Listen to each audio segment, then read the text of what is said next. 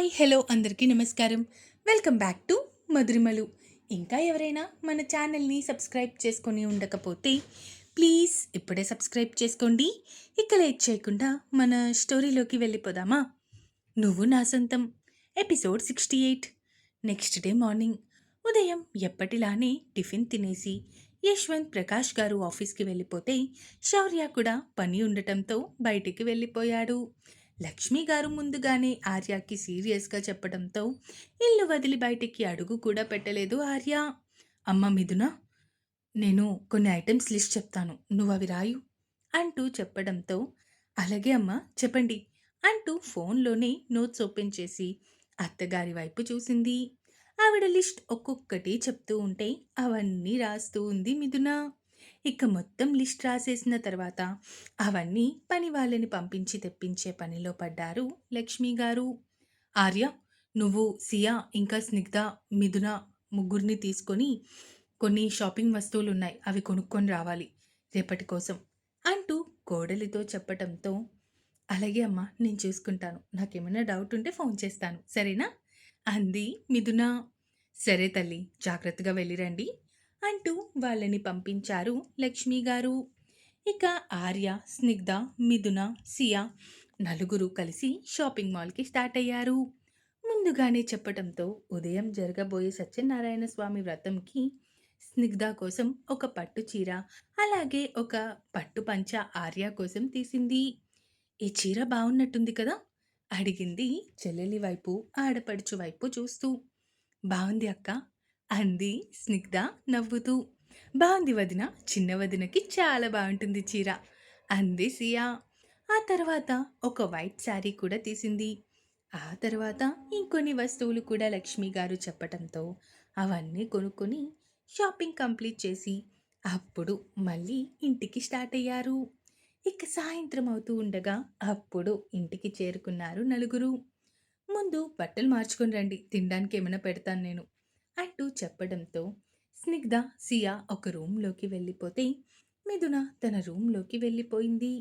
ఆర్య కూడా తన రూమ్లోకి వెళ్ళిపోయాడు. సియా ఫ్రెష్ అయ్యి అక్కడి నుంచి కిందకి వచ్చేసింది. స్నిగ్ధ కూడా ఫ్రెష్ అవ్వడానికి వెళ్తూ ఉండగానే తన మొబైల్ మోగింది. స్క్రీన్ మీద తన తల్లి పేరు కనిపిస్తూ ఉంటే ఫోన్ లిఫ్ట్ చేసింది.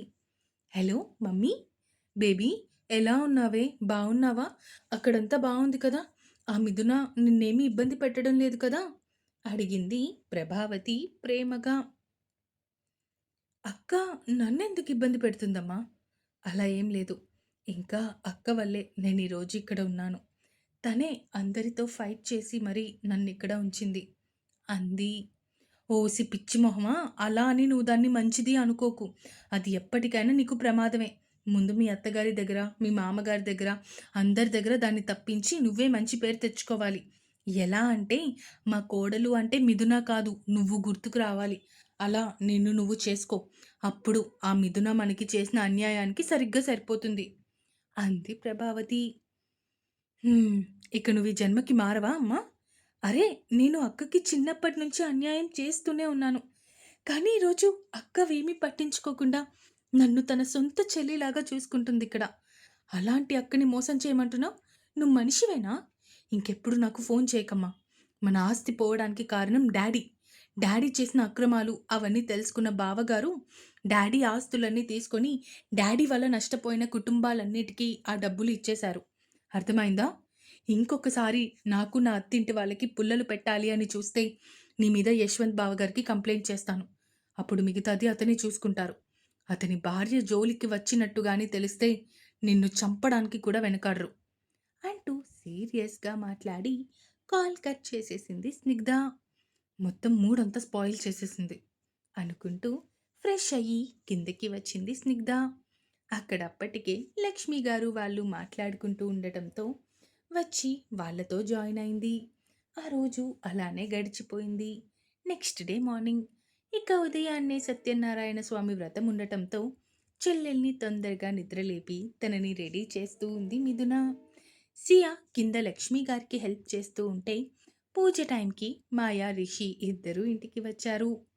అక్క, నిజంగా నా మీద నీకు ఏ కోపం లేదా అడిగింది స్నిగ్ధ తన అక్క వైపు చూస్తూ. నా చెల్లెలి మీద నాకెందుకు కోపంగా ఉంటుంది? నాకలా ఏమి కోపం లేదు. నాకు తెలుసు చిన్నప్పటి నుంచి పిన్ని ఎలా చెప్తే నువ్వు అలాగే విన్నావు. ఆవిడ చెప్పిందే నిజమనుకున్నావు. ఎవరైనా సరే లోకంలో మొదటిగా నమ్మేది తల్లి మాట. నువ్వు కూడా అదే చేశావు. పిన్ని మాటలు నమ్మి నేనేదో నీకు అన్యాయం చేస్తాను, లేదా నీ నుంచి ప్రతిదీ నేను దోచుకుంటానేమో అని నువ్వు అనుకున్నావు. ఇప్పుడు నువ్వు చిన్న పిల్లవి కాదు, పెద్దయ్యావు. ఇప్పుడు మంచి ఏది, చెడు ఏది అనేది నీకు తెలిసింది. నువ్వు మారిపోయావు. నా చెల్లి మారి నాతో ప్రేమగా ఉన్నందుకు నేను హ్యాపీగా ఉంటాను కానీ, ఇలా నీ మీద కోపం ఎందుకుంటుంది? అంటూ ఉండగానే, మిథునా, మిథునా అంటూ పిలుస్తున్న యశ్వంత్ పిలుపు వినిపించి, ఈ మనిషికి అనుకుంటూ, ఇదిగో నువ్వు కిందకి వెళ్ళు, నేనిప్పుడే వస్తాను అంటూ అక్కడి నుంచి భర్త దగ్గరికి వెళ్ళింది. ఏంటి? ఎందుకు పిలిచావు? అడిగింది మిథున నడుం మీద చేతులు పెట్టుకొని. భార్యను తన మీదకి లాక్కుంటూ తన మెడ వంపుల్లో ముద్దులు పెడుతూ. కష్టంగా ఉందే నిన్నిలా చూసి కంట్రోల్ చేసుకోవడం. ఒక్క అరగంట కోఆపరేట్ చేయొచ్చు కదా? అడిగాడు యశ్వంత్ నవ్వుకుంటూ. ఆ మాట మీద ఆ మాటకి భర్త గుండెల మీద తన చిట్టి చేతులతో గుద్దుతూ, అసలు కింద ఇంట్లో పూజ వ్రతం జరుగుతుంది. ఇక్కడేమో అయ్యగారికి ఇలాంటి కోరికలు అన్నీ వస్తున్నాయి. మూసుకొని రెడీ అవ్వు. మాయ, అన్నయ్య కూడా వచ్చేశారు అంటూ భర్త నుంచి దూరంగా జరగాలి అని ట్రై చేసింది. కానీ అసలు తనకి ఆ అవకాశం ఇవ్వకుండా తనని వెనక్కి తిప్పుకొని తల నిండా పెట్టుకున్న మల్లెపూలు స్మెల్ పీలుస్తూ, కనీసం ఈ పువ్వులైనా పెట్టుకోకుండా ఉండొచ్చు కదా! ఇవి ఇంకా టెంప్ట్ చేస్తున్నాయి నన్ను అన్నాడు యశ్వంత్. చేస్తాయి చేస్తాయి. ఎందుకు చేయవు? చాలా బాగా చేస్తాయి. నిన్ను కొట్టినోళ్ళు లేక అలా అవుతున్నావు. ముందు నన్ను వదులు యష్ అంటూ ఉన్న భార్య వైపు అద్దంలో నుంచి చూస్తూ, అయినా లూజ్‌గా ఎక్కడ పట్టుకున్నానే? టైట్‌గానే కదా పట్టుకున్నాను. ఓహో! ఇంకొంచెం టైట్‌గా పట్టుకోమంటున్నావా? నాకేం ప్రాబ్లమ్ లేదు అంటూ ఇంకాస్త పట్టు పెంచాడు యశ్వంత్. భర్త చేస్తున్న పనులకి కోపంగా అతని వైపు చూస్తూ, మర్యాదగా కింద అమ్మా, నాన్న అందరూ ఉన్నారు. ఇప్పుడు నువ్వు నన్ను వదులుతావా? వదలవా? నాకు కూడా ఒక ముద్దిస్తానంటే చెప్పు. అందాక ముద్దుతో అడ్జస్ట్ అయిపోతా అన్నాడు యశ్వంత్ కొంటెగా. ముద్దిస్తే ఇప్పుడు నేను బయటకెక్కడికి వెళ్ళకుండా చేస్తావు. నాకు తెలుసు నీ గురించి అంది మిథున. నిజం చెప్పాలంటే నాకు కూడా అలాగే చేయాలనుంది. అమ్మాయి గారు అనుమతిస్తే ఎంతసేపు చెప్పు అంటూ మాట్లాడుతున్న యశ్వంత్ నోటికి చేతిని అడ్డు పెడుతూ, ఇప్పుడు నువ్వు గాని నన్ను వదలకపోతే చెప్తున్నాను, ఈరోజు నేను సియా దగ్గర పడుకుంటా. అసలే స్నిగ్ధ కూడా ఈ రోజు నుంచి తన రూమ్‌లోకి వెళ్ళిపోతుంది. నేను వెళ్ళి నా ఆడపడుచు దగ్గర హాయిగా బజ్జుంటా. తమరు నైట్ అంతా ఫాస్టింగ్ చేయండి అంది మిథున. ఛీ! అస్సలు జాలి లేదు నీకు అన్నాడు యశ్వంత్. అవునవును, జాలి లేదు అంటూ నవ్వుకుంటూ భర్త వైపు చూస్తూ అతని బుగ్గ మీద ముద్దు పెట్టి, ఇప్పటికి దీంతో అడ్జస్ట్ అవ్వండి శ్రీవారు, మిగిలినవి తర్వాత చూసుకుందాం అంటూ గబగబా అక్కడి నుంచి వెళ్ళిపోయింది. రాక్షసి మాయ చేసేస్తుంది. ఒక్క క్షణం ఏ మరపాటుగా ఉన్నానో అదే సందు అనుకొని పారిపోతుంది. వెళ్ళు వెళ్ళు, ఇప్పుడు అంతా ఎక్కడ తిరిగినా మళ్ళీ రాత్రికి నువ్వు ఇక్కడికే రావాలి, అది గుర్తుపెట్టుకో అనుకుంటూ నవ్వుకుంటూ యశ్వంత్ కూడా రెడీ అయిపోయి కిందకి వచ్చాడు.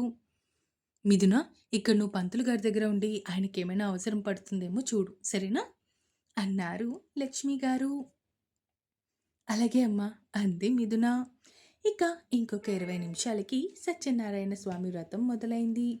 నూతన వధూవరుల చేత భక్తి శ్రద్ధలతో ఆ సత్యనారాయణ స్వామి వ్రతం జరిపించి ఆయన కథలన్నీ చదివి అందరికీ వినిపించి ఆ తర్వాత తీర్థప్రసాదాలు ఆయన చేతుల మీదుగానే అందరికీ పంచిపెట్టి వచ్చిన ముత్తైదువులకి స్నిగ్ధ చేతుల మీదుగా తాంబూలాలు అందించి ఆ తర్వాత అతని సంభావన తీసుకొని అక్కడి నుంచి వెళ్ళిపోయారు.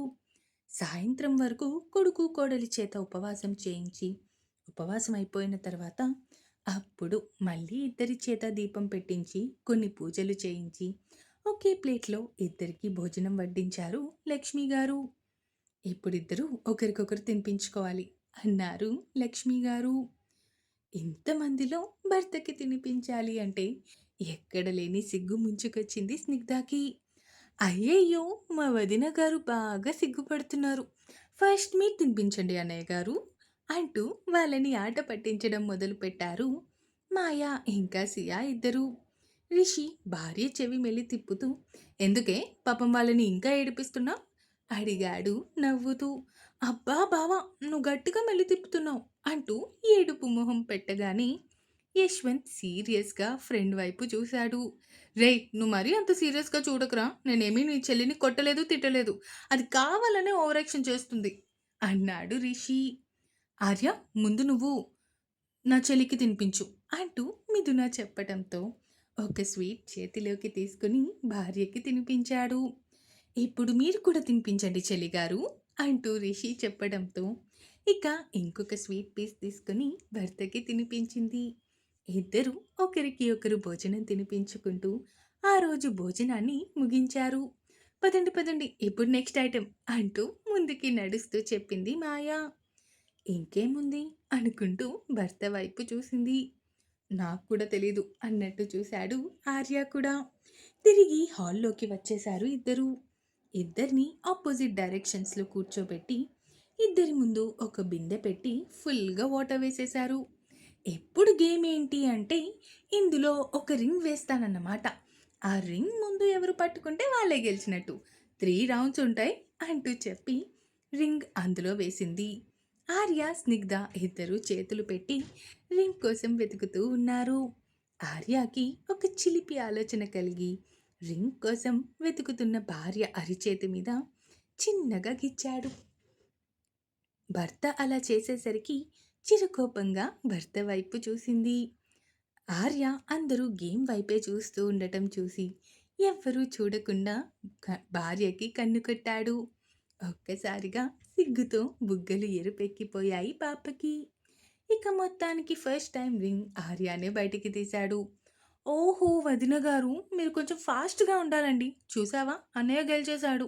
ఇప్పుడు ఎలా అయినా మనమే గెలవాలి అంటూ స్నిగ్ధ పక్కన కూర్చొని ఆటలు మొదలుపెట్టింది సియా. ఈసారి భర్తకి ఛాన్స్ ఇవ్వకుండా తనే ఫస్ట్ రింగ్ బయటికి తీసేసింది. ఓహో అన్నయ్య, ఇప్పుడు మళ్ళీ మన టర్న్, నువ్వు ఖచ్చితంగా తీయాలి, లేదంటే వదిన గెలిచేస్తుంది అంటూ మాయ చెప్పడంతో మళ్ళీ రింగ్ కోసం ఇద్దరు బిందెలో చేతులు పెట్టారు.